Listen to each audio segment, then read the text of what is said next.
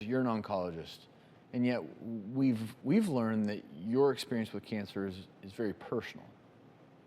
Yes, and it really relates to this topic as well, the topic of unexpected symptoms. So one of the symptoms of stomach cancer is actually bad breath.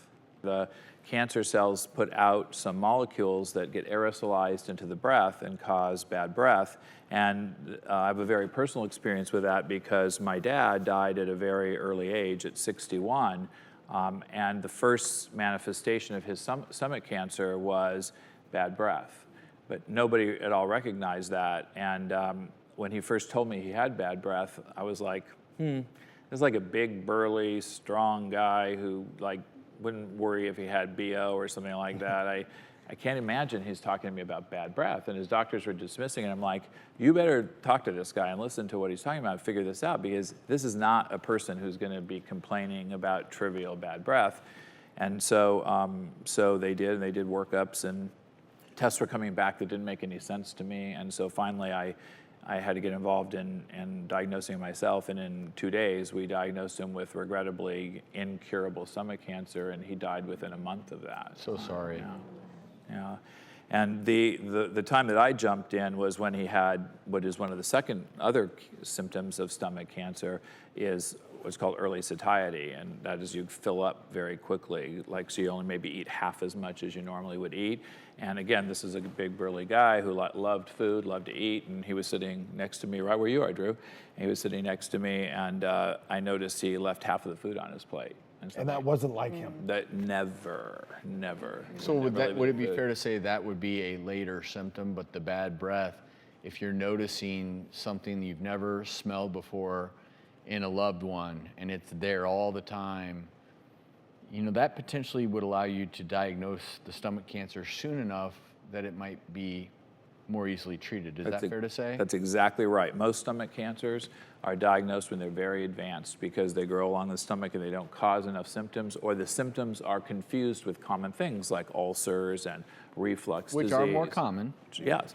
So, so the bad breath may be the aerosolization of these molecules may be a way to diagnose it early. In fact, there are some tests now that actually analyze the breath and are able to do these fingerprints of the molecules in the breath and detect stomach cancer from other things. And so that's a very important thing. Dogs, you've all heard the story of dogs being able to detect cancer. Well, they're able to recognize these unusual scent patterns that come from this.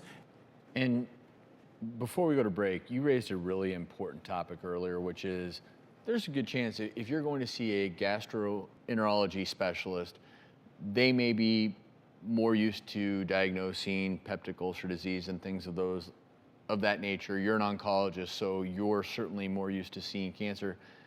How do you, as an oncologist, knowing all of this, because I know our viewers right now are sitting here thinking, how am I going to know if this is even worth advanced testing?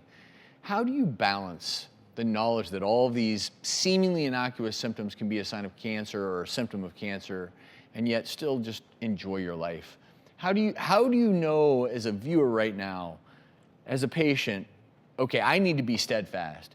I don't think my doctor understands that this bad breath, this is something more than I haven't been brushing my teeth, because I'm brushing my teeth.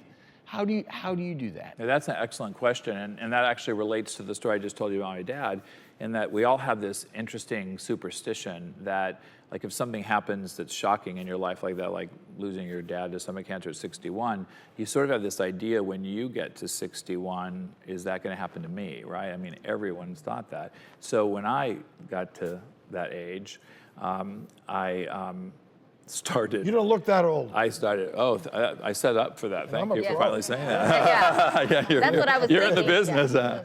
When I got to that age, I was like, wow, is that going to happen to me? So I started asking everybody, how's my breath? I mean, it's like, because you're worried about it. So the answer is, it's really about persistence. You know your body. Every person knows their body. You know the regular feelings you have. And when you have persistent, common symptoms, but they're persistent, or they come out of nowhere, they the things that you never had before, that's what you need to pay attention to. You can't angst about all these things, but doing your regular checkups, right? Going to the doctor for your once-a-year physical, paying attention, getting your skin checked regularly, doing all those things, that helps you to know that you're in good status. And so if you get then unusual symptoms, that's when you have to go. And you need to share those with your doctor. As silly as they may seem or sound, you need to mention them.